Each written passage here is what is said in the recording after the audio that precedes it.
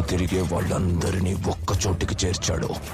అదే బజార్లలో వాళ్ళందరినీ పరిగెత్తిచ్చి కొడతాడు. నా రక్తం కూడా ఎర్రగానే ఉంది కదరా.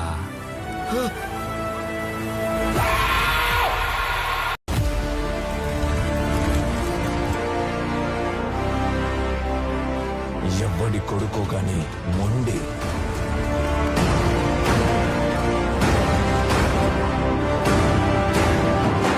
నువ్వెప్పుడు అడిగేవాడిగా బొంబాయి కావాలని. अब वक्त आ गया है. अब तो इस बम्बई का बादशाह बनेगा.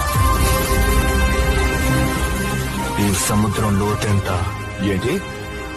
లోతు తెలుసుకోకుండా రాజ్యాన్ని లేదెలా? తెలియకపోయినా దిగేద్దాం. అతని రాక పట్ల వెళ్ళు ఇది కూడా కంపించింది. ముసలోడితో పాటు ఆ పిల్లకు కూడా గొంతు తీయండి.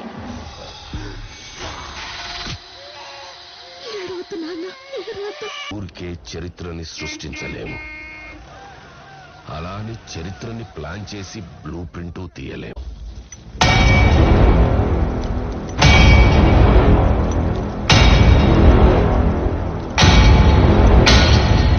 దానికి కావాల్సిందల్లా చిన్న నిప్పురవ. ఏంట్రా సుత్తి చేతిలో పట్టుకుని నిలబడ్డావు? పెట్టేసి పోరా. ఆ రోజు కార్చి చంటుకుంది. అదిగో పెను నిశ్శబ్దం పగిలి ముక్కలవుతున్న భీకరత, అలలెగసిన తడి అలజడి ఆగ్రహ తేజమై రూపు దాల్చిన సత్యం. ప్రాణపరాయణ దీక్షా పర్వం అహో ఆరంభం. ప్రాణపరాయణ దీక్షా పర్వం అహో ఆరంభం.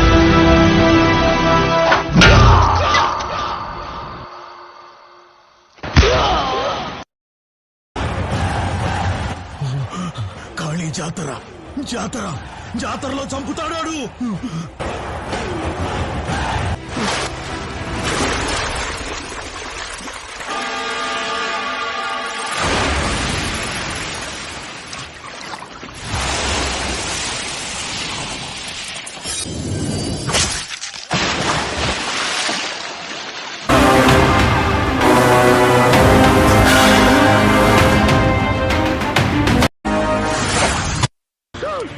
చెప్పుకోకండి. చంపేశాడు సార్. ఏమన్నావు? మళ్ళీ చెప్పు.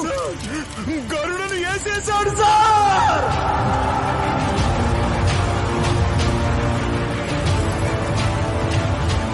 గరుడ చనిపోయిన విషయం అందరికీ తెలిసింది. సూర్యవర్ధన్ చెప్పినట్లు రాబందులు ఎదురు చూశారు. అయితే ఆల్రెడీ ఇంకొకటి అడుగు అక్కడ పడిందన్న వార్త ఎవ్వరికీ తెలియదు. Powerful people come from powerful places. సముద్రం వేరే చోటు ఉందని వెతుక్కుంటూ వెళ్లాడు. బెంగళూరులో గరుడను చూశాక రాకీ కన్ఫర్మ్ చేసుకున్నాడు. Here is a man who comes from that powerful place. అందుకే అవకాశం దొరికినా అతన్ని చంపలేదు, వదిలేశాడు. కేజీఎఫ్ ని ఏలడానికి ఒక సైన్యం కావాల్సి వచ్చింది. అందుకే రాకీ గరుడని అందరి ముందు చంపేశాడు. చూసే వాళ్ళ గుండెల్లో ధైర్యాన్ని నింపి వాళ్ళని సైన్యంలా చేసుకున్నాడు. ఇది మొదటి అధ్యాయం మాత్రమే. I am enforcing the army and signing a death warrant of the biggest criminal in India. అసలు కథ ఇప్పుడు మొదలవుతుంది.